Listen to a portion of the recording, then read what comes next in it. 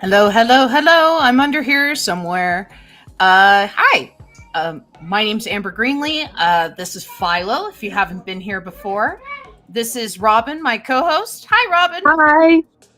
This is Dale. Dale is our guest host. And I have right today. Today's guest is Dale, which I'm going to start doing for us. And we have our two screens.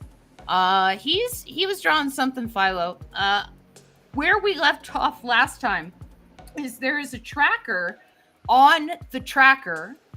The second tracker belongs to the Kaiju Council, and they smash the trackers, and then the signal is lost. Hi, Magic Marmot. Today's audience includes a marmot. Yes, and so that's where we left off in the story.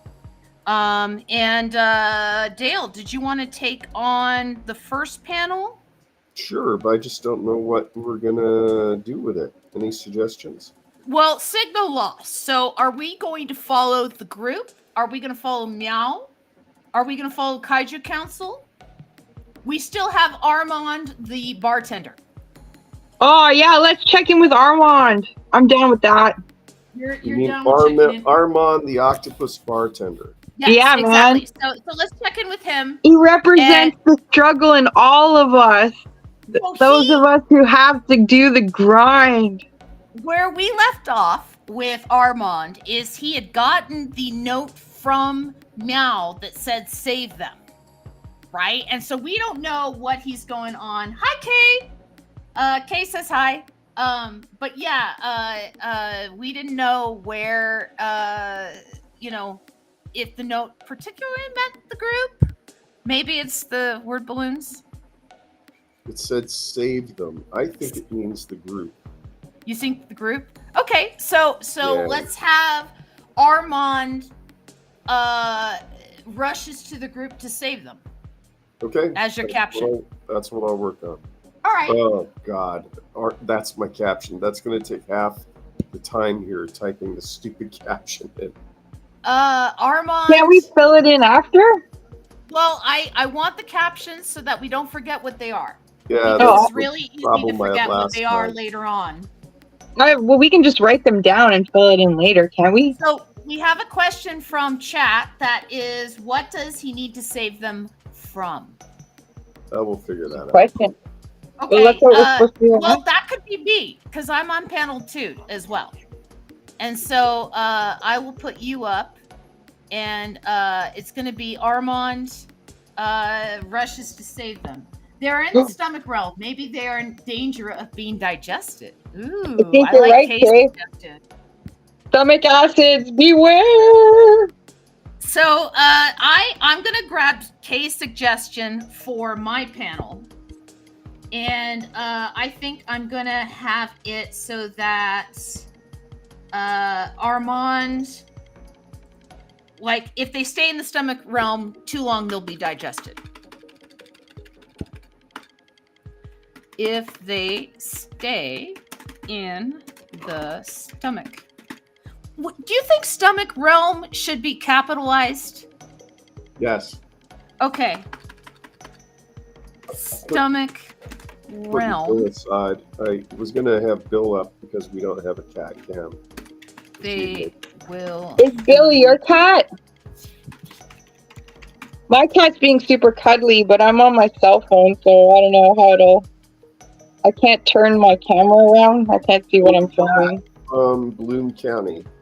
And Oh, Bill from Bloom County. Awesome. and if you notice, he has Berkeley Breathed signature on his ass. Nice. That's appropriate. Nice.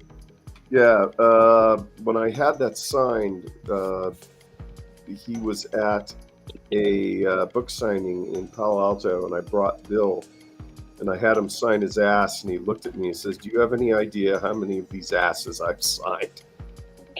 Of course. Okay. I mean, it makes sense. My story like that was I got a Jonan Vasquez spooky doll, like I bought it myself. And then when I went to my first San Diego, my only San Diego Comic-Con, I was over at the slave labor booth, and I knew some of the people there.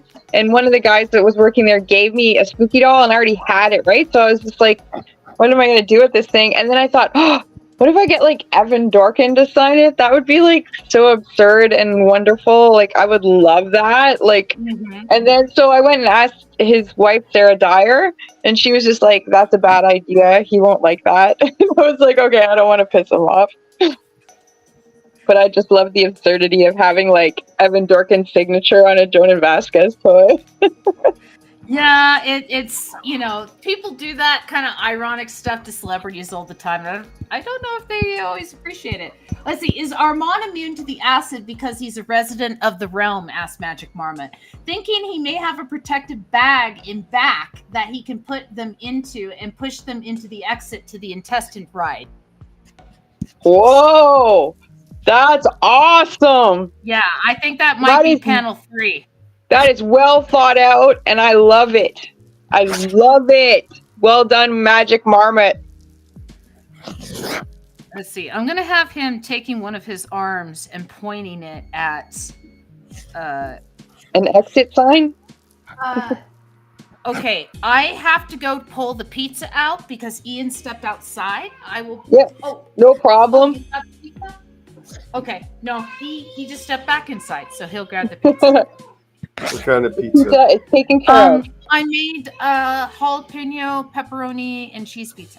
Oh, it's not Oh, it sounds good. Well, it is and it isn't. So it's frozen pizza, but we add more cheese, more pepperoni, and more stuff like fresh ingredients to the top before we do it. And so, yeah.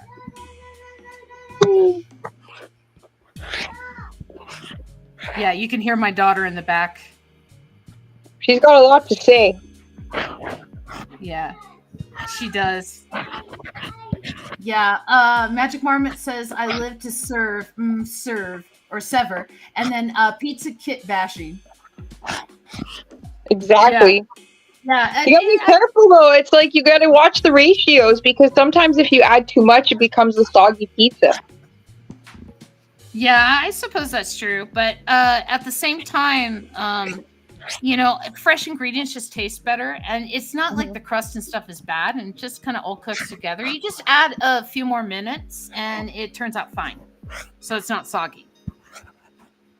I just know that when my dad makes his homemade pizza, he just adds so much stuff to it that the crust is just like soggy. Yeah. Gosh, you can hear my daughter. She's just, Daddy, Father, pay attention to me. Let's see. We'll have like a hip in here. Let's see. Save them. So do you think that the spies return back to the realm to retrieve our crew, and then when they're gone, Armand's like, I don't know. I don't know. Like, they could be behind Armand. They were with him the last time we saw. Magic Marmot says cook at 350 for longer than finish at 425 for a few minutes to crisp. That sounds good too. Oh, pizza is really good. Yeah. But I don't know if I'm allowed to eat it anymore. I'm starting to having some real stomach issues. And I don't know if the cheese and the fat, I don't know. I don't recommend this for everybody, but when my stomach mutinied on me, what fixed it was getting pregnant. Oh yeah, that's not happening. Yeah. Like I said, I don't recommend it for everybody. If it's not your I'm thing. almost 50. When you have a pregnancy at 40, you're considered geriatric. So I wonder what you're considered at 50. Yeah, well, no, 35 and older is a geriatric pregnancy. Oh, 35. I thought it was 40 and older. Yeah, and I had Annabelle at 37. So I was a geriatric pregnancy. Yeah. Magic Marmot tried being pregnant once and it didn't take. It didn't take, yeah. Yeah, so sometimes it doesn't. I think I'm going to have the stomachs kind of like floating around. I think it's important to have the background in this panel. Wasn't it on one of our episodes that we ascertained that like the seahorse was the only male in the whole entire like kingdom of everything that got pregnant?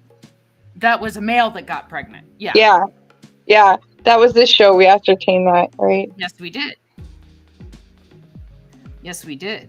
I like animal facts. That kind of shit is interesting to me. Well, there's nothing more interesting than what really happens. Like there's orchids that exist on our planet that we share space with, right? There's orchids that have like 5 sexes. Really? Yeah. And Are they the you only know, plant like that? Do other plants have that many sex organs? there's Like- other plants that have very similar. It's just orchids are very complex. Let me find an article about it. So, let's see. When I went to the clinic to see about my foot, there was a corner store dude, and he was like Asian. He had tons of flowers outside.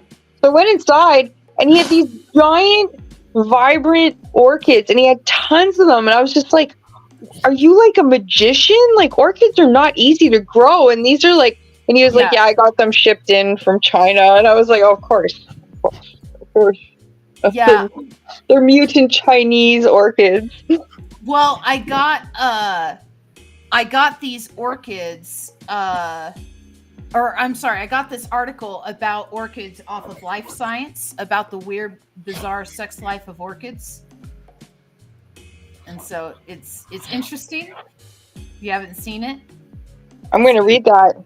I put it in chat. So if I've you guys gotta come back I gotta go away for 5 minutes and get my French fries. Okay, I understand. French fries are very important. Yes. I gotta tell you, I'm not into orchid porn. Oh, look, I'm sideways. Well, it's not really orchid porn so much as a scientific description of orchid porn.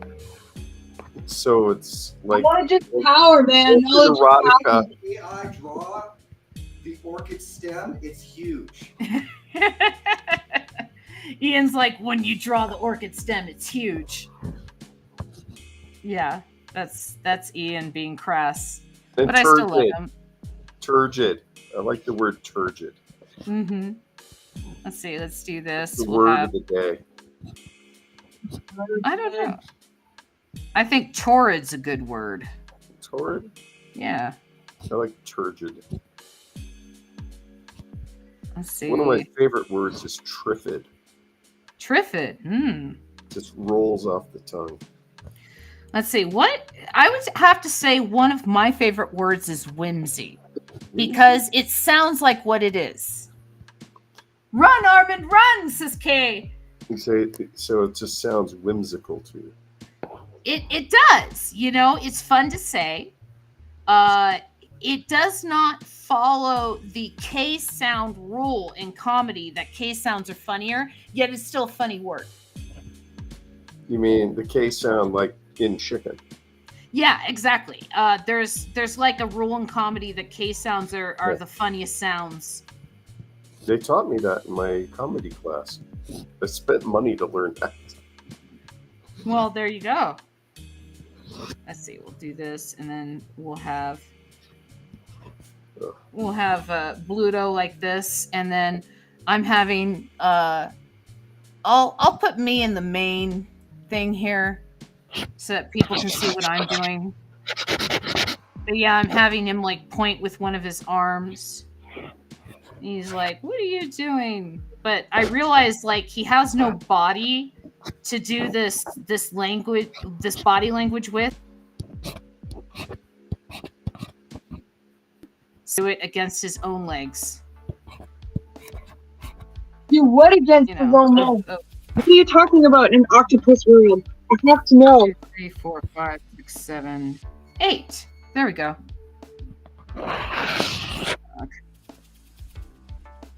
Yep, who's holding him? Who's holding what? Who's holding Armand? He's floating in the stomach realm.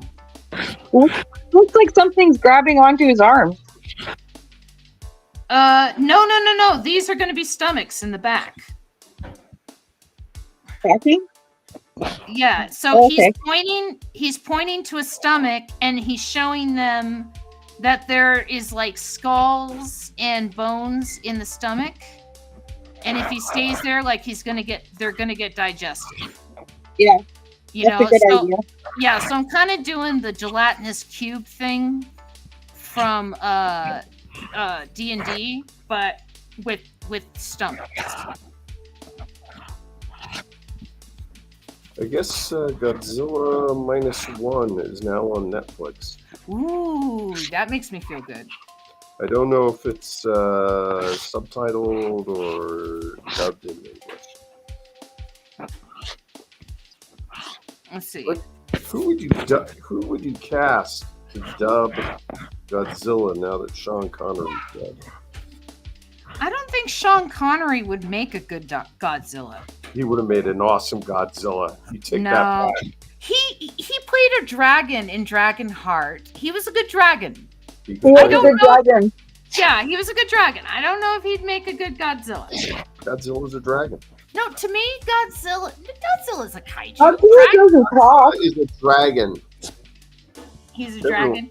But Godzilla's when a does Godzilla ever talk? Let's see. well, Like what? Godzilla has conversations?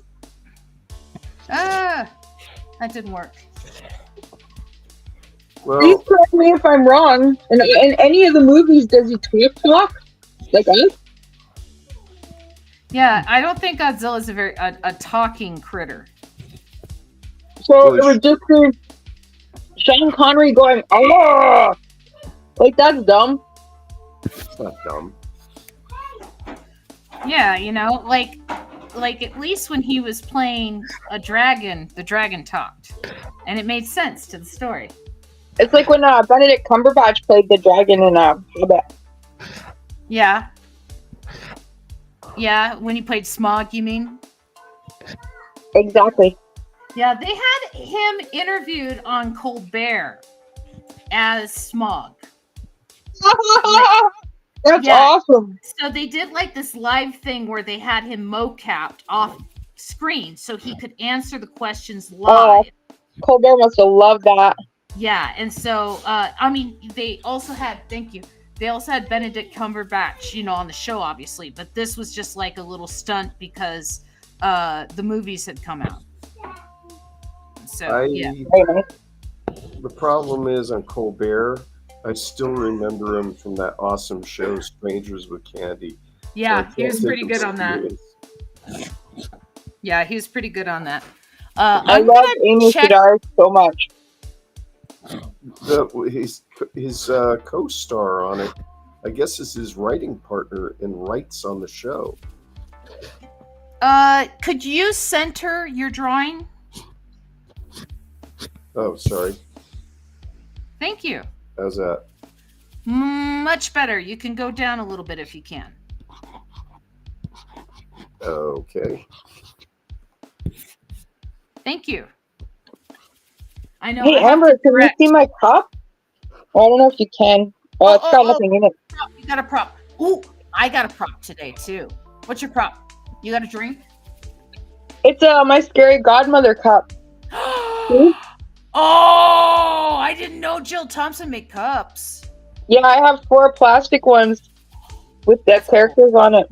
That's old though. It came out, I think, when the hardcovers were coming out. So I have a thing today. I have a toy today. Oh, So cool. I love toys. Yeah, I'm gonna put me in the main window as I grab it. Oh no! Don't fall. Oh, everything's falling. Okay. I lost everything. Okay. But I saved it. I just can't hear you guys. There we go. So, this is my first one. Oh, nice. Looks Yeah. good. Yeah, this When is did the you get that? Neko.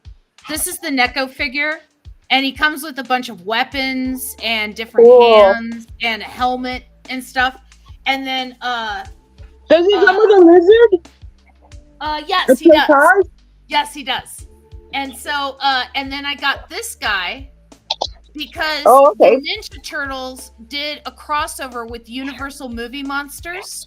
And Oh, so okay. Yeah, I know that. this is Leonardo as the creature from the Black Lagoon. And so if you look, he has like fossils on his shell. He's got I've like seen the netting. Frankenstein turtle one. Yeah. I'm trying to remember who's Frankenstein. It might be Raphael. Donatello's the Invisible Man, and that's the other one I would want. But I like the Creature from the Black Lagoon, and Ian picked it up for me. And Very so, and And then Usagi is wicked. oh yeah, I wanted that one too. Like when I saw that, I was like, okay, I got to do that. But yeah, that's enough of me. Now back to our regularly scheduled program. Dude, I love seeing toys. Don't ever apologize for showing us toys.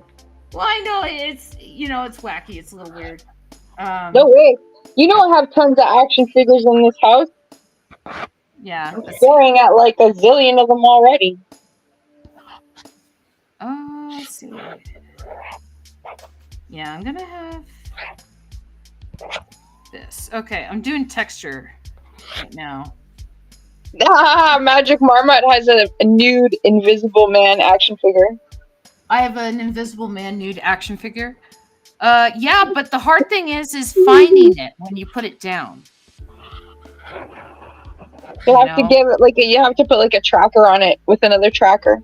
No, you just tie a string around it. You look for the string. I gotta find the name of it since we're talking about action figures. Let me check my map. Let's see. Oh, the Invisible Man is still in the original packaging. Well, that makes it easy. Oh, I see. That's nice. So it's just an Easy, empty. easy to not see him. Oh. Yeah. But let's see. Okay. I think I'm done with my panel. I got a ways to go. You got a ways to go. Okay, I'll do the next one, and then you'll pick up after me. So if they stay in the stomach realm, they will be digested. Okay. Sabrina and I went to Niles, which is a little town in California near San Jose. It's in Fremont. And we went to Toy Trauma, which is this antique store that specializes in toys. Yeah. Right. Which is cool because they have action figures and all that jazz. So if you're in Niles, I recommend Toy Trauma. But after we walked through Niles, we were like, what are we going to do next? And we got out Google Maps, and we saw on Google Maps in Union City, which is not that far from Fremont, this place called Comic and Figure Addicts. Yeah. And it's a new place to us. So it literally had your name on it, is what you're saying. So Sabrina and I are like, oh, we'll go to that. It sounds cool. And we're driving, and we end up in this industrial park, and there's like practically no signage or anything, and it's just completely nondescript. Yeah. And we're expecting like a retail store. Yeah. So we were going to drive off, but there was like this little sign and stuff in the window that said Comic and Figure Addict. So we got out and we went in, and it's just like, there's nothing there. And you walk through this kind of like lobby, and then it opens up, and it's a trick to lure nerds to their death. Yeah, I thought, we were Sabrina mentioned we're gonna end up as like slaves on a cargo ship somewhere, and it opens up into a goddamn warehouse. Oh, cool! And it's huge, and I didn't realize it, but they recognized me. Oh. They have a table at the San Jose Super Toy Show. Oh, you shop at their table. Yeah, and I had no idea they had a store. I guess they started it recently. And remember when I called you and I said, are you still looking for this thing? Yeah. They had everything from Peanuts action figures to Planet of the Apes to just a huge number of pop figures. If you're hearing me and you're in Northern California, check them out. I was shocked by all the stuff they had. There were Popeye action figures. There was I don't know how many kaiju, but we had a good time there. So I recommend them. Nice. Sounds very cool. Yeah. And the thing is, you know, unless you knew it was there, you know, you just drive right by. It was like it was hidden. So that was the coolest part about it. So, Magic Marmot says Armand should lose an arm in the rescue process. It will grow back. It just means he has to take some time off and get woman's comp. I think he means Workman's workers' comp. Yeah. I think that's a fantastic idea. Yeah. I support okay. it. I All right. support it. So, let's turn off this panel. We'll turn this on, and then. So basically, what happens is they rush. Like, if he's rushing them into the escape, or are we going to take the idea of like the bag that's like acid proof? Kay says, meanwhile, the arm that was lost regenerates into another Armand. No, we already have 2 Philos. An Armand. I think it's very clever, and I like it a lot. Wow. So he tells them that, you know, if they stay there, they're gonna get digested, and then Armand tries to rush them to the exit, or I guess they got there through Otis, and they can't leave through Otis's portal. So I guess there must be an exit. Yeah, well, he said they were going through the back door. Remember? I think he said it. He didn't say anally. I think. What did he say? Renally? Yeah, rectally. Rectally. Yeah, Kaiju Council is still arguing over classifications until they notice they're being digested. Exit portal. The exit portal, says Magic Marmot. So, okay, so Armand guides the group to the exit portal, capitalized. Because it seems to me that an exit portal in this realm would be a proper noun, you know, rather than like something that's just a descriptive property. Like, it's like everyone's like, oh, that's the exit portal, right? I agree, because it's like a bar, but it's almost like in its own little weird dimension. So the exit portal is like the way to get out. Yeah. The exit portal should be a toilet. You think it should be a toilet? And they spiral around. Okay, to the exit portal. All right, I can do that. I can make it a toilet. Okay. And then there was a book when I was a little kid called The Great Escape, where these alligators. There's these alligators living in the sewers of New York, and they wanted to escape. And they had these wonderful illustrations of what the sewers of New York were like, with all these twisty pipes and stuff. Mm-hmm. If they go through the sewer, they need to go through all these twisty pipes. Okay. Yeah. Right now, I'm drawing the bowl. Let's see. Magic Marmot says Armand flushing them down the toilet like it's his stash during a police raid. Yes. Using a plunger. Using a plunger to get him well, down. Well, he's got the arm, so he could like have a plunger in one hand and maybe surreptitiously drugs in another hand, so it'd like to bring home the gag. Multiple plungers.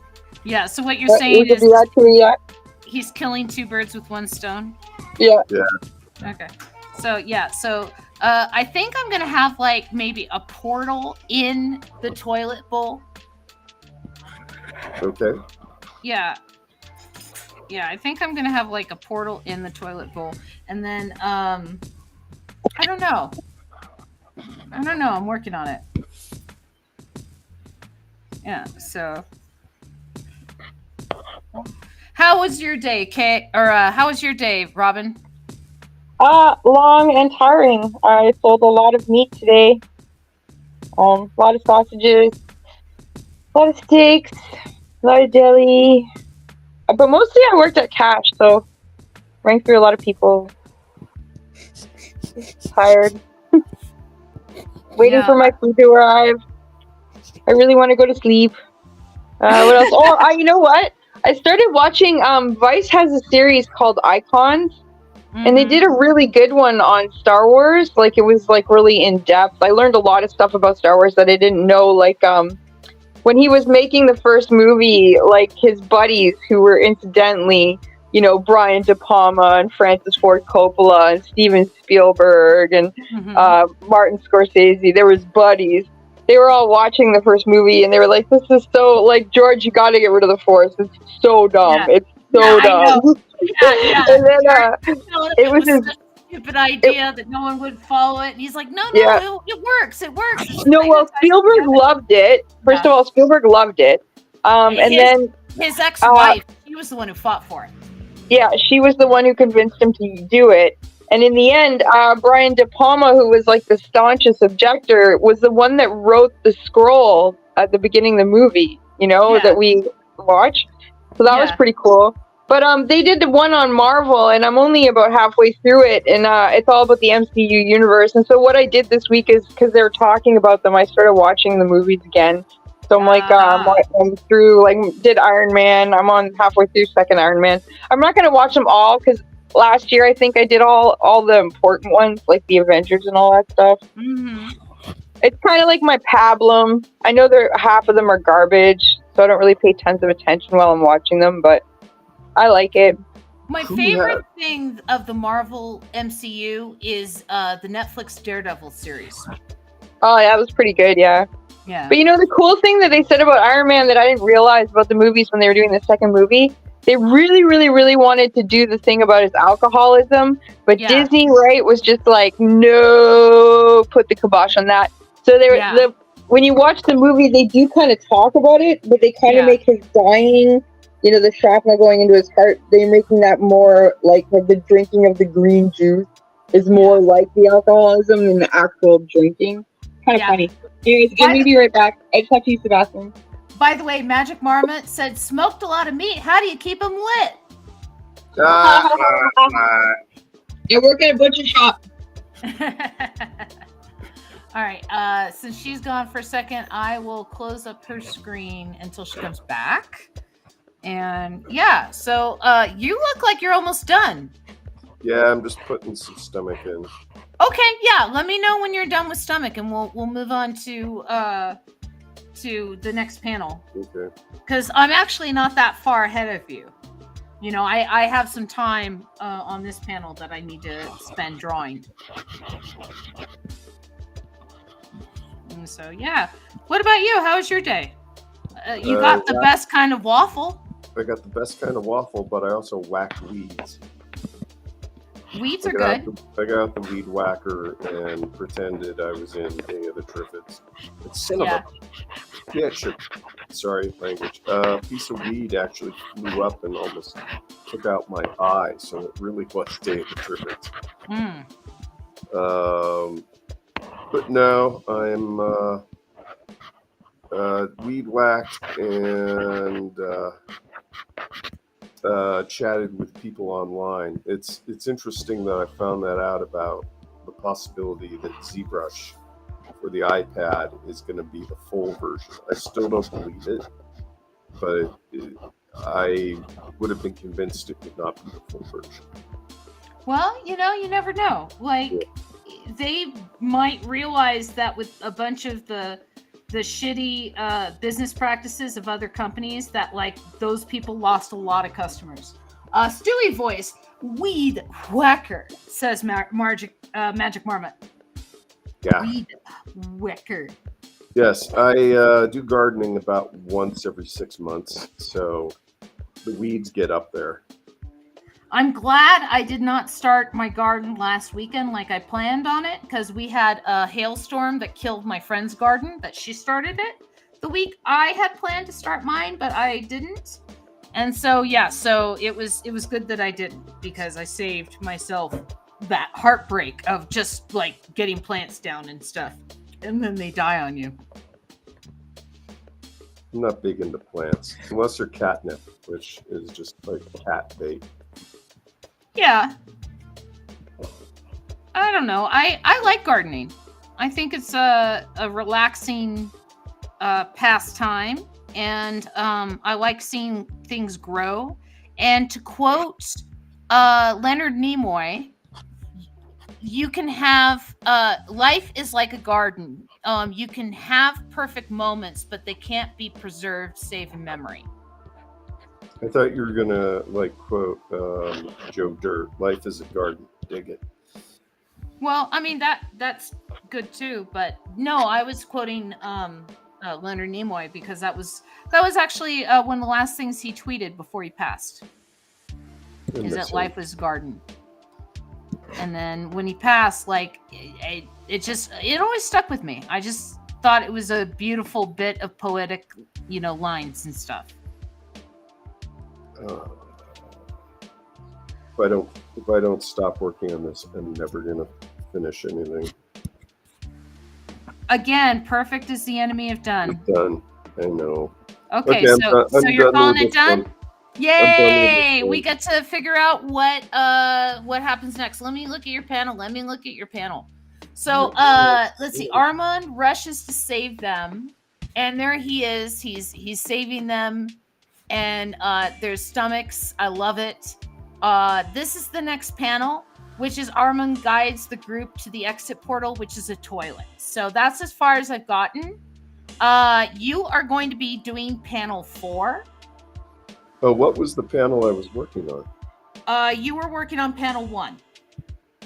Okay, hang on a minute. I'll never remember. Yeah, again, I love it if you label them. I'm doing it. Robin's so back. I just did not have her up here. Hi, Robin. Hi. I love how you draw the octopus, Amber. Oh, thank you. Yeah, I'm trying to get him, looking kind of realistic and stuff. So, okay, so Dale is on the next panel. So Armand guides the group to the exit portal. Kay says Nimoy wrote a lot of poetry, published a few books. He did. There's a poem of his I really like called Pictures of You.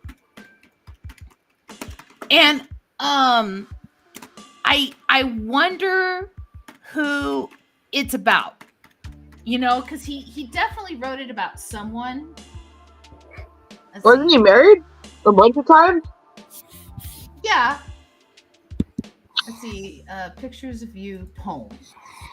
It's probably about Bill Shatner. Well, that's what I was thinking. Okay, so what is the phrase for this panel? The one coming up, or the one you just did. The one that I'm about to do. The one that you are about to do, we haven't figured out yet. Okay. So, yeah, I remember being impressed by I'm Not Spock, but I was 11. Yeah.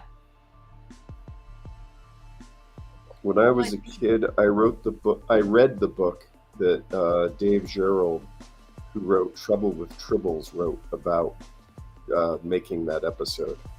Oh, I'm not gonna waste my time trying to find the exact poem. It's I need to be drawing. Okay, so we're figuring out what your panel is. Yeah. So he's pointing at the exit, which is a toilet seat. Do they go through the portal? Does the realm digest them? Are there like some kind of interference by word balloons? Do I get to draw Armand with all the plungers trying to shove them against their will down the toilet? Yes. Oh, yes, thank you. Yes. So Armand sends them through the portal is your caption. Can the caption be "Down they go"? Down they go is your caption. Yes, down they go is your caption. Magic Marmot says, how about the opening of the portal that looking down into an infinite toilet?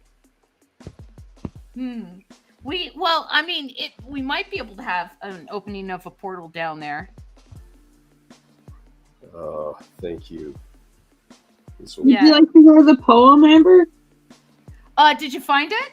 Yep. Yeah. Read it. It's a good poem. You're surrounded by pictures of you. Here you are, so young and handsome. Here you are, with a wife or two. Here you are, so happy and then some, surrounded by pictures of you. Your walls are covered, no more space. Too bad you're such a pretty face. And so adored, do you ever get bored looking at pictures of you? You're hit with a spotlight from above. Your fans are screaming words of love. You're always so busy, don't you get dizzy looking at pictures of you? He's talking about himself. You think so? Yeah. I see. You're surrounded by pictures of, I don't know. No, I think he's talking about his cream. Or maybe he's talking about Shatner. Yeah, maybe. That could be. Because pictures of you, that sounds like something narcissistic, right? Yeah. It's about his junk. You think everything's about someone's junk. It's a guy thing. I didn't know he was a poet. That's pretty cool. To be fair, Shakespeare wrote a sonnet about his junk. Yeah, guys write poems about their junk. You just don't tell chicks about it. For which I am glad. Keep your junk poems to yourself. Yeah. Let's see. Your peanut haiku. And Magic Marmot says he likes Down They Go.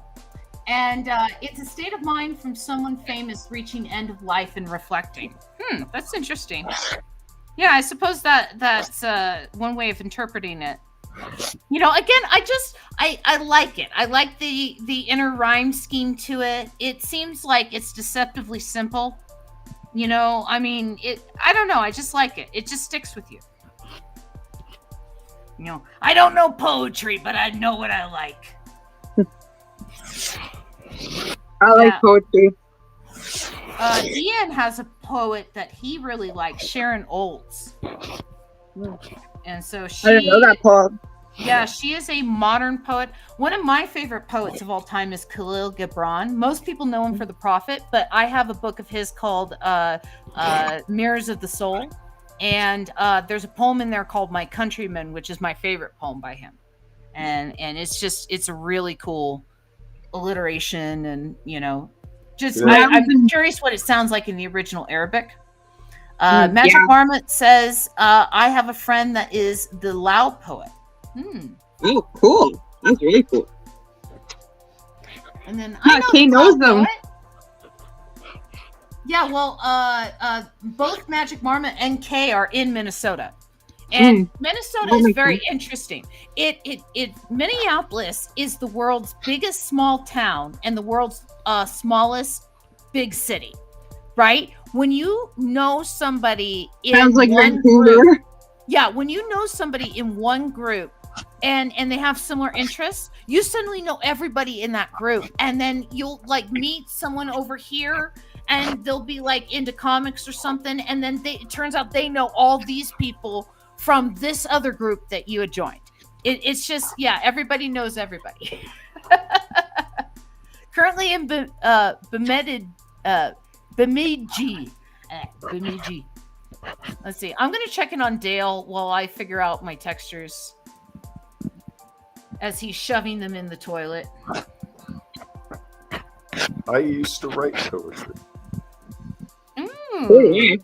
I still write poetry every now and then. For some reason, one day I just started writing poetry, and I just didn't stop. It was at least for 2 or 3 years. But the thing is, the poems were odd. You know, things about like cats with flamethrowers, or well, most of them were about cats. Ian was an English major, and when he and I first got together, I would write him sonnets. You know, because he was an English major, and you know he used to teach high school English and stuff, and so I did it as like a little, hey, look, this is something I learned in school, right? And you know he had studied Shakespeare in school, and so he knew sonnets rather well, and I wrote probably about, I don't know. Does he think that William Shakespeare is a real person? Yes, he that theory didn't emerge until Victorian age, and it was someone who really wasn't citing any sources, and it's kind of lingered around that he was multiple people, but no, he was one person. Yeah, I've been Yeah. to his house. Ooh. I'm trying to remember the name of the British comedy. I think it was by one of the writers who did Blackadder, but it's Shakespeare. It's a sitcom about Shakespeare. Well, there's Ben Elton that used to write on Blackadder. Yeah, I think it may have been him who wrote it. And he's also written quite a few books. Yeah. I enjoyed Blackadder. I thought it was really well written. Oh, I love that show. Yeah. Yeah. Did you About bringing it back. did you ever see Black Books? My dad liked Black Books. Yeah, that's so good. Bill Bailey and frippin' Dylan Moran. I love Yeah, them. I know. And there's like 6 episodes, and that's it. Oh, they did a second season. But yeah, it's the British way to have like 6 or 8 episodes at the most. You get right into it, and then it's over, and you freaking, it's so frustrating. Yeah. I was watching Flack, which is the last TV series that Anna Paquin did, Yeah. and it was British, and same thing. It was so short, and it was really good, and it was only 2 seasons. Did you ever see Wallander? Mm-mm. My mom likes that show. She was trying to get me into that because they've also done a prequel where he's young now, right? I don't know about the prequel, but Kenneth Brunhauer basically took, I believe it's either a Polish or a Dutch show, something like that. I think it's a in the cop Netherlands, show, right? and Kenneth Branagh was in it. Yeah, exactly. But he took this like Dutch show, and then he made like a British version of it, right? And it's this super depressed detective solving murders and stuff, and it's like the dude can't get away from murder. Like he buys this house in the middle of nowhere, and like he gets a dog, and he's like, okay, I'm gonna settle down, and this is everything that I need in life. And he's walking the dog at night one day, and the dog starts digging in some bushes, and he's like seeing what the dog's digging at and pulls up a jawbone. What? Yeah, they it was like I said, he can't get away from murder. It like follows him, and it's super depressing, but Oh my God! really Do you ever watch when Martin Sheen and David and Tennant are fighting because they're like best friends, and they'll like do videos of each other fighting? And one time they were talking about how like they do these different TV shows and they were needling each other. And one of Martin Sheen's gags was that, and I'm sure because Tennant plays a British detective in lonely small British towns and stuff, right? Yeah. And then Sheen is like, and I'm sure as soon as you show up, everybody knows somebody's gonna die. Yeah. Well, it's the same kind of thing as the paradox of Cabot Cove in Murder, She Wrote, right? Paradox. She was the murderer. She's in this tiny little Maine town that had like 160 some odd murders over the course of the show. Yeah, she's the killer. She's the Hannibal Lecter. Old Lady Jessica was the killer? Old Lady Jessica? I don't know if Angela Lansbury, has killer in her. Yeah, I don't think so. Someone told me, I don't know if it was you, but Angela Lansbury would put on guest stars that were older actors to give them enough points. Yeah, so that they could get the dues from the SAG, from the union, so that they could get pensions. Yeah. She did that. Yeah, she would hire golden age actors that were like just shy, and the union did that on purpose, not employing them and stuff, just so that they could get pensions. So that they had something in their old age. She had a long career. Oh yeah. Yeah, an amazing career. One of my favorite bits she ever did was the court jester with Danny Kaye. I love Danny Kaye. Yeah, that's a good one. Yeah, it's amazing to me. Let's see. I really like that one, but that's not my favorite Danny Kaye movie. Oh, I always that forget. is. What's your favorite Sorry? one? What's I your always favorite? forget what it's called, but it's like it's got Virginia Mayo as like a gangster's girlfriend on the run, and she hides out in this university of music, and it's all these like nerdy university professors, and they're like working, I think, on the dictionary.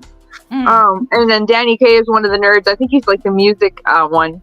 And then she, of course, they fall in love, and as per usual. I don't know, but I really love that one a lot. Yep, health insurance too, and live in Minneapolis, says Magic Marmot. Kay says health insurance too. I am gonna check in on my panel real quick. I think I'm ready to pick up once they go into the portal.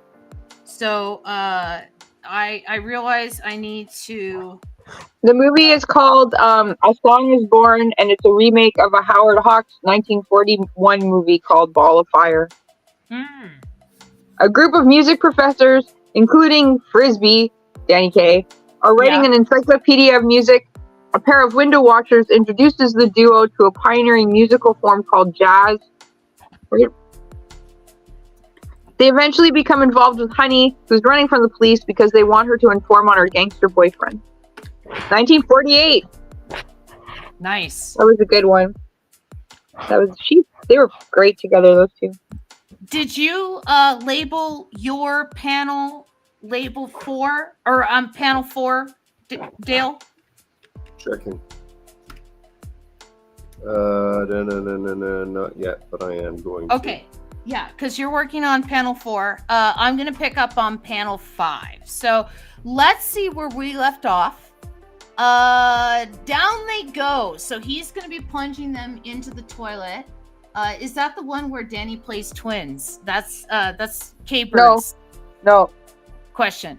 So he's punching them down the toilet. So I guess down they go. And what? Doesn't he lose an arm? We're gonna have him lose an arm? No, I'm kidding. Okay. That was the suggestion, remember?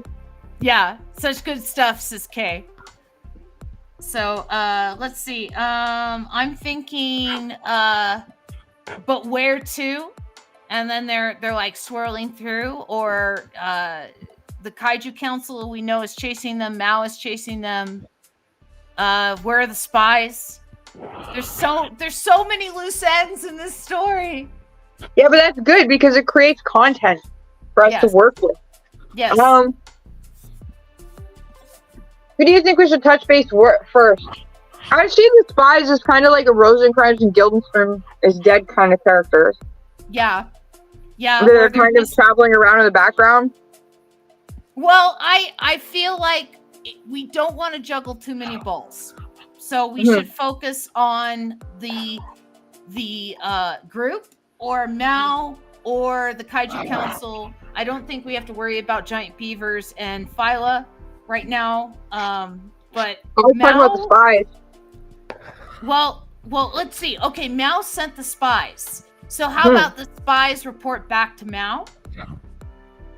Okay. Does that sound good?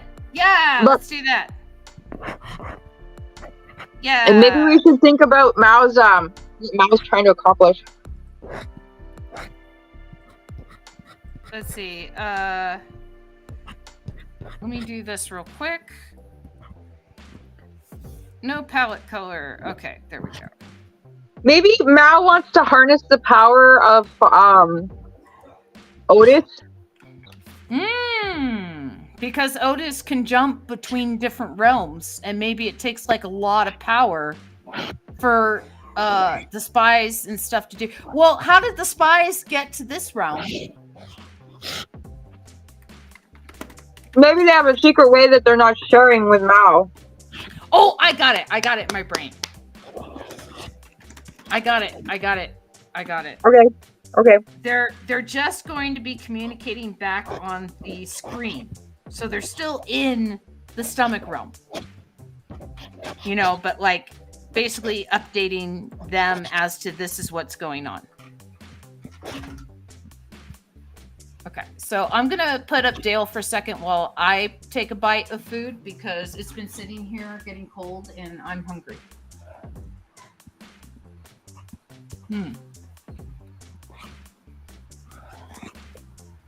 Oh, I should have put up Dale. Here we go. I thought that's what you were gonna do. Yeah, but I think I had the wrong one up. Armand looks hilarious. Hey, that dog looks like the dog from For Better or For Worse. Does it? Yep, looks like Farley. I love Farley. When she killed Farley, I was gutted. Well, I mean, everybody was gutted. Farley was the strip's dog. But I was in high school. I was in high school, and I actually had literally a black armband I wore that day to school. And people were just like, what?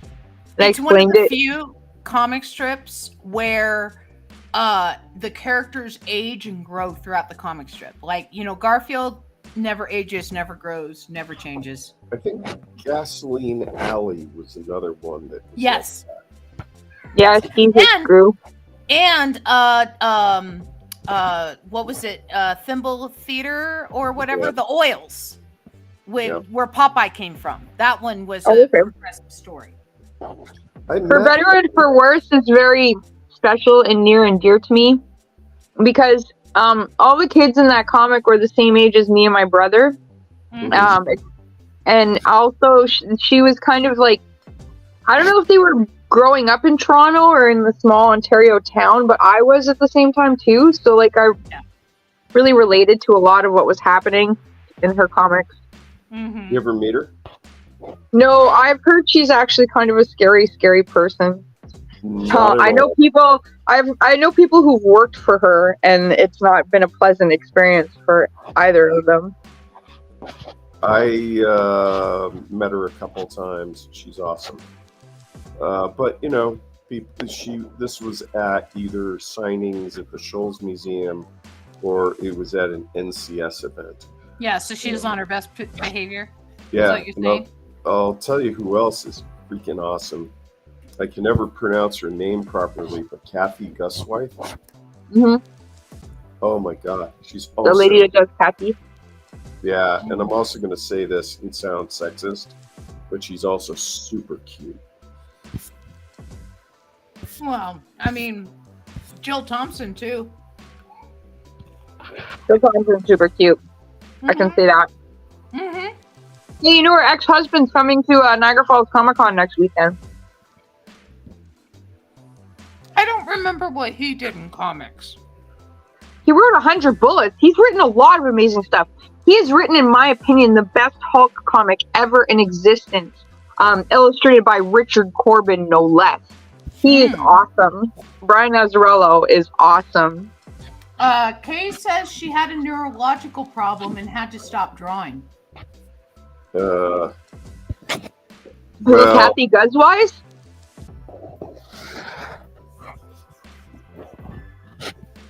I think so. I don't know. Who's Kay talking about? Maybe Kathy. I'm not sure. I don't know who she's talking about. Oh no, Lynn Johnson. Yeah, no, that's true. Yeah, that's right. She has this thing called like Estonia. Maybe that's the same thing that Celine Dion had. Let me look this up. One of my favorite clips of Celine Dion ever is she had won the Oscar for Best Song at you know, the Oscars, right? And they're interviewing her for My Heart Will Go On for the song after she won the Oscar. She's holding the Oscar in her hand. She's talking about it, right? But Whitney Houston was singing I Will Always Love You up on stage, and Celine Dion stopped what she was doing in the mid-interview to watch Whitney Houston sing. Nice. Yeah, like you know, it doesn't seem like that big of a thing, but like I just thought it was really cool. Professionals usually recognize professionalism and talent in others. Yeah. I was at the NCS event down in Long Beach, and I went to a lecture on web cartooning, and then I was going to a lecture on political cartooning, and out of the lecture hall comes Sergio Aragones. Mm-hmm. Nice. He stops me. He recognizes me. He stops me, and he yells at me for not being in the lecture he was in. Yeah, of course. Because it was for the French cartoonist Louis Trondheim. Mm. Oh, but you went to that was in San Diego? This was in Long Beach. Oh, okay. Because my year at San Diego, he was being feted Trondheim. And That was 2000, I think, or 2001. I can't remember. So, I can't remember. Oh, you're talking about Sergio Aragones, who's giving you heck for not going to his cartoonist panel. And he pulls out this autographed book he just got from Trondheim, or he had it autographed by Trondheim. He may have brought it himself. And he went total fanboy. And he was showing all these Louis Trondheim drawings and saying, you know, I should have been at the lecture. And I'm like, I was smiling because it was just cool to see him. Like with his guard down, just being human, just being a dude. Yeah, you know, it's cool to see who his heroes are. Yeah. And well, Trondheim is pretty awesome. I have most of his work. The first year without Will Eisner at San Diego Comic-Con, Sergio Aragones gave a speech about how Will Eisner's work affected him and how he used to like take the comics in Spanish and like rush home and like draw the panels and everything. And it brought tears to the eyes of like everyone in the room at the Eisners that year. Yeah, Sergio's an eloquent dude. Yeah. Well, I saw a lecture at the same event by the guy who draws Mutts, Patrick McDonald. Mm-hmm. Oh yeah, that's a pretty decent comic. And it was about Crazy Cat, and he had the room in tears. Yeah. Yeah. I really, really admire Patrick McDonald. I met him. I've met him a couple times. I saw him recently. He was up at the Cartoon Art Museum, and he was doing a book signing. Yeah. He's a good guy. There we go. Let's see, we'll do that. All right. Is this one done? Let's check. So, down they go. I love it. Oh my gosh, the plungers. Oh, I love it. Okay, so you are doing panel 6 for the next panel. Better save. Yeah, saving's good. Saving's good. We should save more. Yeah, I have it set to autosave like every few seconds. That I never trust that. It saved me in the past. Autosave is for the weak. Yeah, so let me know when you're ready. Um, I'll let you set up and then I'll go back to my panel. Okay, sorry, I'm being That's okay. a terrible artist. You're not being terrible. It's just, it's tough. It's slow. a lot tougher than I think people give it credit for. Which reminds me, I convinced Chuck to come on my show. Good. I will yell at him no end. He totally blew me off this morning. Stupid love. Well, I mean, he didn't tell you that he was going on vacation? With his wife. Yeah. Yeah, to the mountains. So I didn't get to sleep in this morning. Well, I mean, but he didn't tell you that until this morning? I was like waiting there to be on the show. For those of you who don't know, Chuck Whalen, a children's book illustrator, game illustrator, comic artist, web cartoonist, prolific painter. son of a bitch. I hate him. I love hate him. Yes. I've progressed to just hate. Humility is disarming, says Magic Marmot, and I do too. What's he like? And then good. Oh, wonderful. He has a show that I help him do, and he forgot to tell me there was no show today. So what? Yeah. Okay, I'm ready to panel. What's the? Okay, caption so for you're the- doing panel 6. Yep. Did you label it? I don't know where the freaking. There's a text. Okay. Let me find the. Oh, damn it. I hate the text tools in Clip Studio Paint. All right, what do I need to label it? Okay, so it's panel 6, and then your caption has to be related to something after the spies report to Meow. Is it their reports?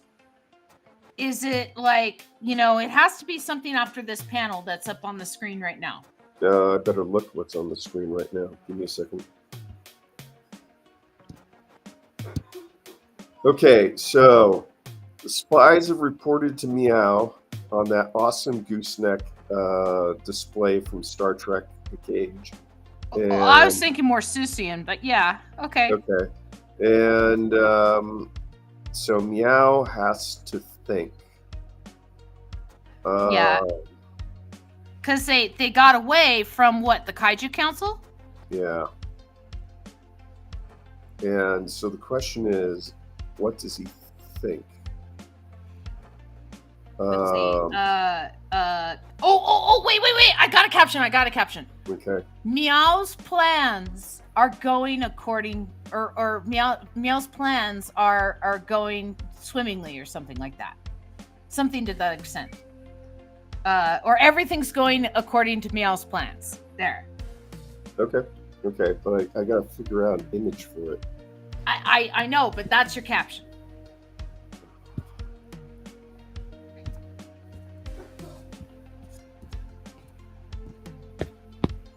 Yeah, so did we lose? I think we lost Robin. Yeah, we lost Robin. There she is. You're back. My phone completely overheated, so I've just put it on top of the air conditioner to cool it down. Oh, that works. Okay. I think I'm actually done with my panel. Is there anything more I need to add? Guess like some buttons down here.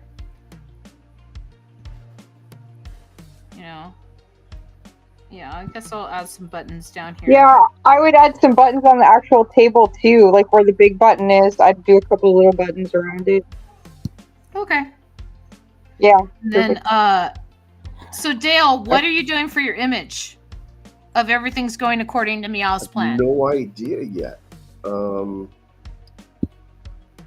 Any suggestions? What's I the don't know. bleeding? It's pretty open.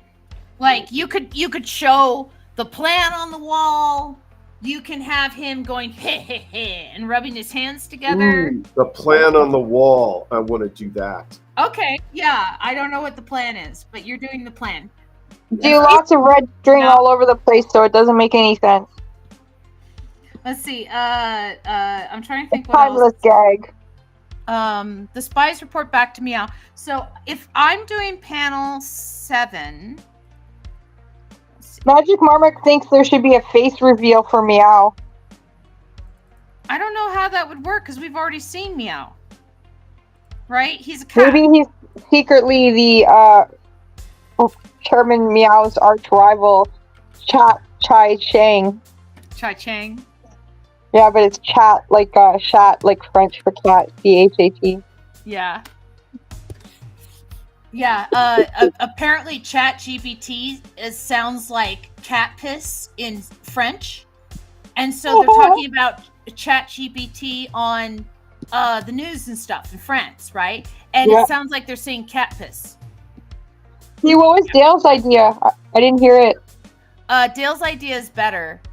What was Dale's idea? I didn't hear it either. I get to draw Meow looking at his plan on the wall. Oh, right. Okay. Yeah. Yeah, but What happens after he's looking at his plan on the wall? I wanted to bring this up because the Cartoon Art Museum is going to have Joe Sick. He's going to be talking about his fanzine When We Were Trekkies, which I highly recommend to everybody, especially old Trekkies like me. But I think it's going to be this coming weekend. So check out the time and date at the Cartoon Art Museum. I think he's going to be signing, and you could probably ask him questions. But, Very cool. Chuck and I, we saw his stuff. We saw it at the San Francisco Zine Fest, and then he was at the East Bay Comic Con. And I really like the style of his drawing. And it's fun. Nice. No, I would check it out if I was more local. You know that. Well, you Exactly. can always look at his website, and you can always check out his zine. So you're doing him looking at the plan. What happens after he's looking at the plan? Were we talking about Patrick McDonald? Who? Patrick McDonald. The guy who did Mutts? Who are we talking about again? I am talking about Joe Sick, who's doing a. Joe Sick. Oh, I don't know who that is. He's doing a thing at the San Francisco Cartoon Art Museum. Right, and he does. I would call it a zine.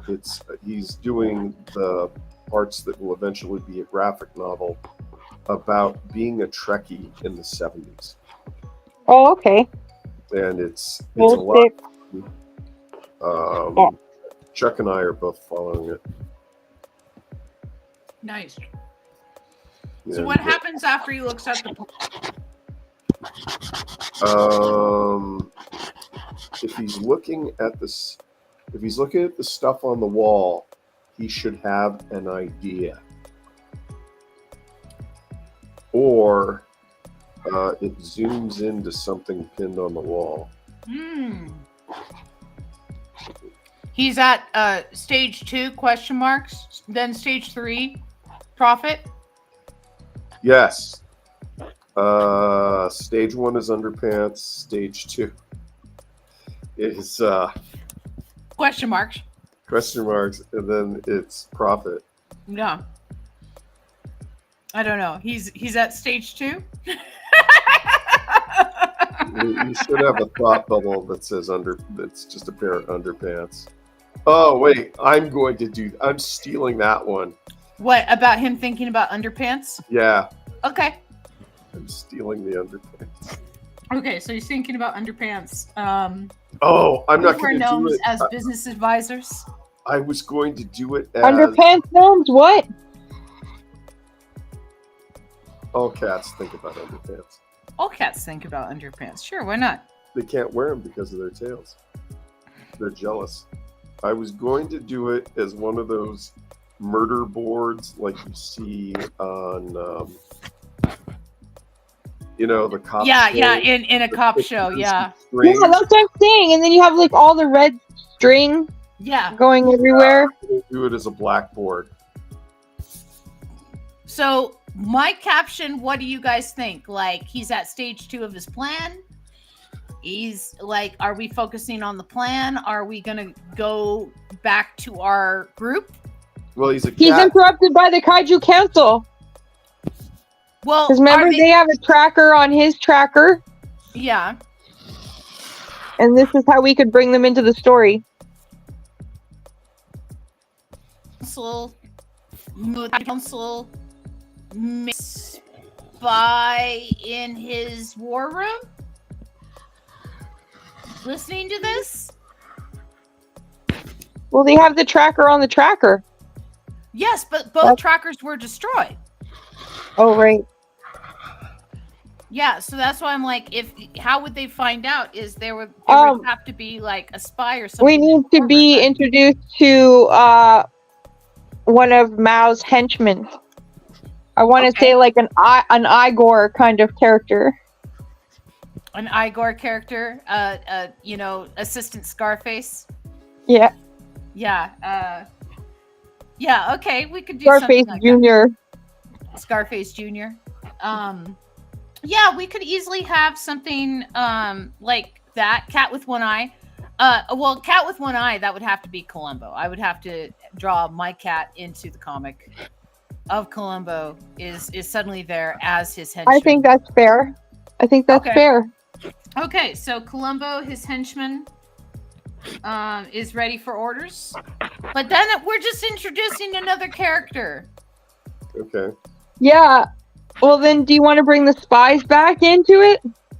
Yeah, well, but the spies are still in the stomach realm. They are reporting in their Skype. Yeah, but they have that magical ability to teleport anywhere they want. We don't know that. I think we do. I think that's how they got there.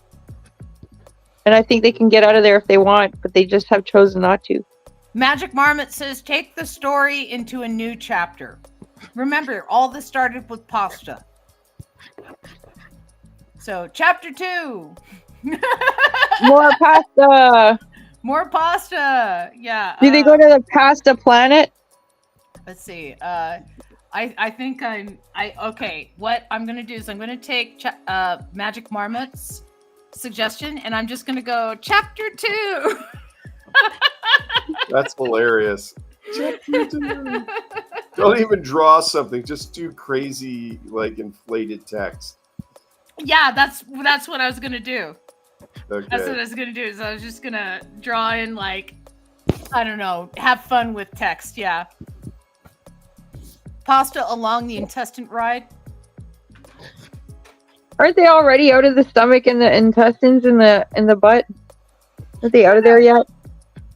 I thought that they took the toilet out of the stomach realm, but we don't know where they are. Oh no. Are they trapped? Well, all we know is that Armand says, here, this is the exit, right? Otherwise they would be digested. And then they go into the toilet and he shoves them in there because they didn't quite fit. So we don't know if it's a trap. We don't know if it's a portal to another dimension. We don't know if they're going to go through pipes. You know, that's in chapter 2. Chapter 2. Chapter 2. Everything happens in chapter 2. Yeah. Yeah, so we're going to do chapter 2. Okay. Yeah. In fact, I love seeing the plan. Text is kind of boring when you're drawing it, so I'll keep the camera on the plan. Everyone gets run over by a bus. Build suspense. That would be kind of tragic. Let's see. Be a lot of broken bones. Let's see. Chapter 2. Okay. Here we go. Yeah. I do like text stuff in my sketchbook all the time, so this is like literally sketching. That's good. That's fun. Okay.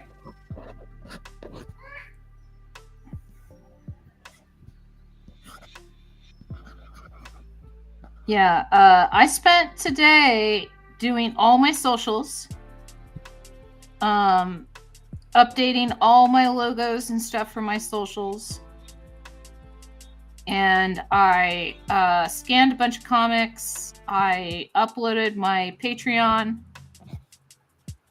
Yeah, I had a good productive day. Sounds like it.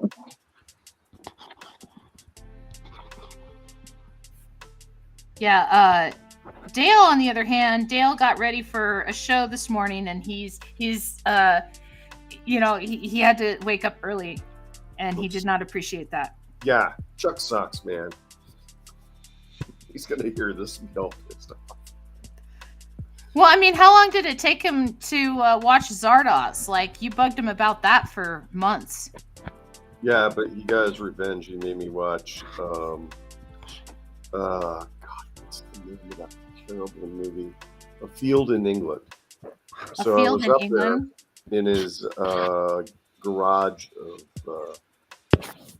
of art, and Mm-hmm. he got out the projector and he got the screen down and he made me watch this movie called A Field in England, which is pretty much some soldiers and ne'er-do-wells in a field in England after a battle, all high on shrooms.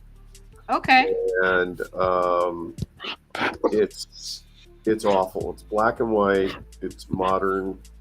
It's hallucinogenic, and it's I'd rather watch Zardoz 1,000 times than watch that. Well, you'd rather watch Zardoz 1,000 times anyway.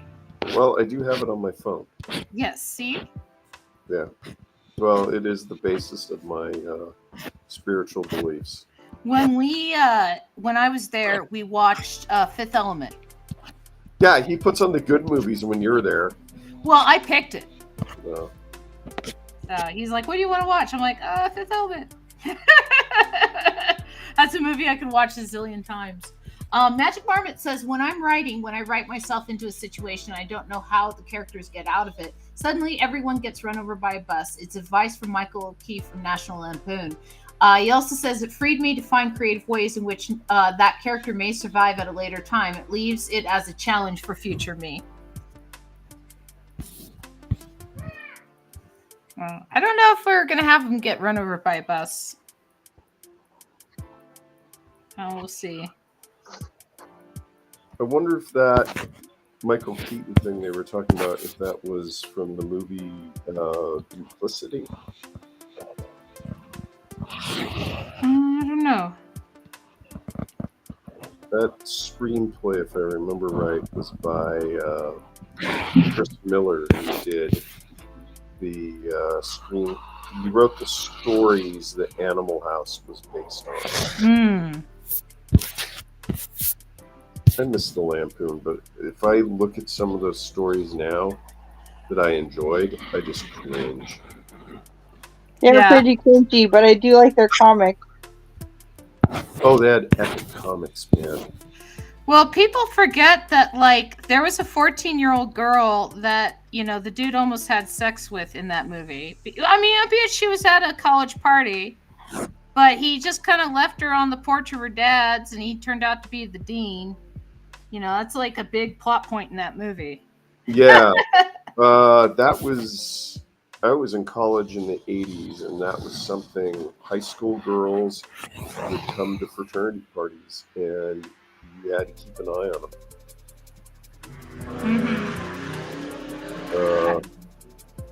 I was shocked when I saw the girls come to those parties. Let's see. Let's do...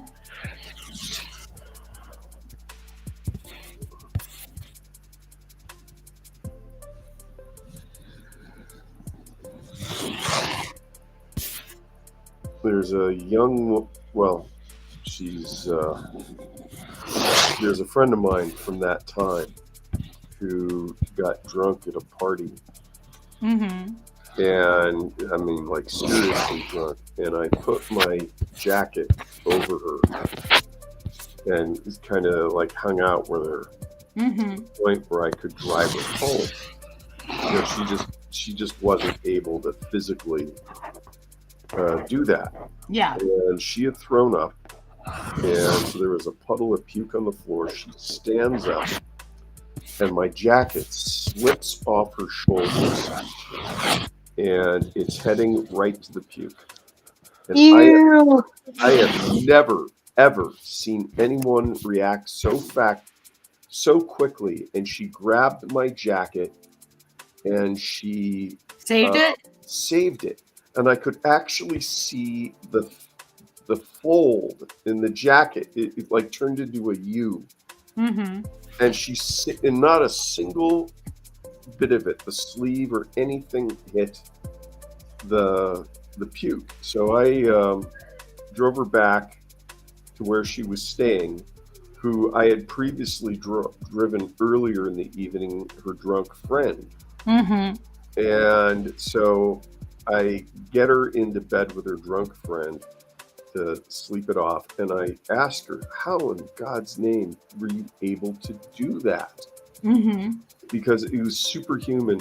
And she looked at me and said, I knew if the jacket hit the puke, you'd stop being nice to me.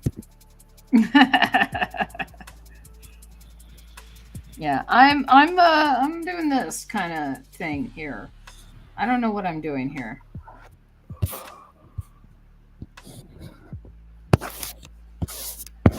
Let's see.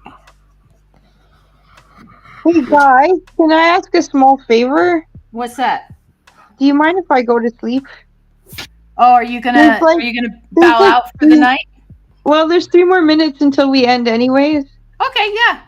You can bow out for the night. That's no worries. I gotta wake up really early tomorrow at 6:30, so. Good to see you, Rob. It's always good to see you too, everybody. And I think we went some really good places today with the story. Yeah, we went to some very interesting places. No, but the imagery was great. I really love Armand plunging people into toilets. Yes. I guess we need to have more toilet plunging in the comic. Yeah, just a little bit more. So, good night, Kay. Good night, Magic Marmot. Okay, good night, Kit. Or good night. I'll see you later, Robin. Good night, Amber. Good night, Dale. All right. I'll talk to you later. Bye. Take care of yourself. Yeah, so she's good people. Oh, I'm very fond of her. And she works a really hard job. I couldn't do that job. Being a butcher. Yeah. I would have cut a finger off. Yes. Oh, I have stories. I used to work in strip clubs. Yes. Yeah, it's I think the chapter heading is coming along nicely. I think that chapter 2 is a good place to stop. And we can pick it up from then because yeah, she's right. We only have like 3 minutes left. Yeah, I'm not gonna be done with this. I'll have to finish it and send it to you. That's okay. Just don't spend too much time on it off screen. You want it to look as if it's off the cuff. I want it to look honest, you know? Yeah, I'm the wrong person for this show then. Let's see, hardness. Oh no, that's not what I wanted. Brush density, that's what I wanted. What are you gonna do tomorrow? You're going to the chalk thing. Yeah, I'm going to the Chalk Art Festival tomorrow. Yeah, we were going to go today, but I had to get a bunch of stuff done. I think I'm going to weed whack again and maybe go over to... I'll probably go see Sharon over at Time Tunnel Toys. Yeah, sounds fun. I like Time Tunnel Toys. Let's see. Okay, I'm going to call that done of chapter 2. I'm going to check on your panel. Oh my gosh, you're doing a blackboard. That's so awesome. I love that. Yeah, that's why I wanted to do it. I thought I would do like the cop thing with the red string. Yes. But a blackboard just cried out for this. Okay, well, yeah, I can see it's going to take you a little bit of time to draw that in. Do you want to draw it on air or do you want to end now? You want to hang out a little longer or do you got stuff to do? No, we can hang out a little longer. Why don't we hang out a little longer? Yeah, it's not going to take me that much longer. Yeah, I will continue adding detail and stuff to my chapter 2 then. I will keep you away from your husband and lovely child and cat. There's nothing wrong with my husband, lovely child, and cats.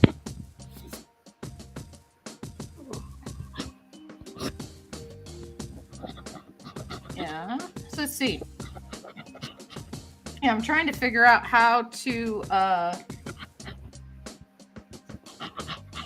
draw this in so that it doesn't look like it's crappy, you know? Yeah, that's not my concern. I'm going for full crap today. You're going for full crap? Yeah. Let's see, there we go. I don't know what to get for dinner. I've already had the waffles. Well, I have that pizza waiting for me. Oh yeah, I think what we'll do is we'll take that and then we'll do a little spotty McSpot on it. Kind of darken it down a little bit. Yeah. Yeah, you're almost done. Yeah, I like your Godzilla.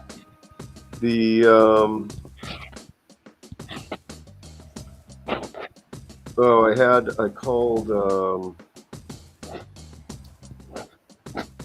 called Atlantis Fantasy World Comics in Santa Cruz, and supposedly there's the next Mad cover from for August is Sergio Aragonés. So Nice. I'm having them put that Mad in my box. Nice. It's a crowd scene, so I'm sure he had fun with it. Let's see. Let's do a rough pastel.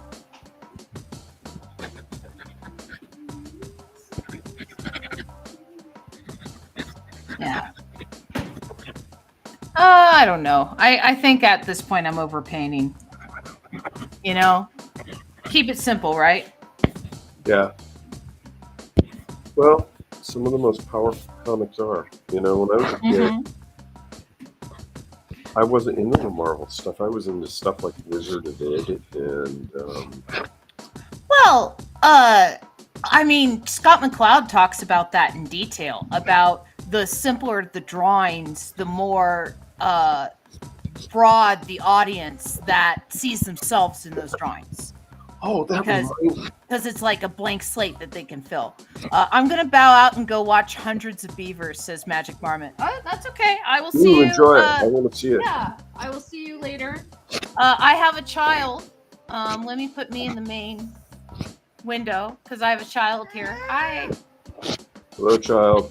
Hello. I'm doing my show. Are you enjoying? Yeah, you like waving at the internet? Hi, internet. Hello, sweetheart.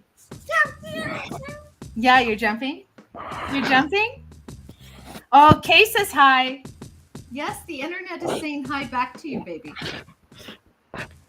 She's just staring. She's like, wow, I can see myself. That's amazing. Do you remember, I think his name is Matthew Hyman, the guy who does the oatmeal? Yeah. I guess there's now an animated series that's coming based on his work, Exploding Kittens. It's a cat god. Exploding Kittens was a game that he made.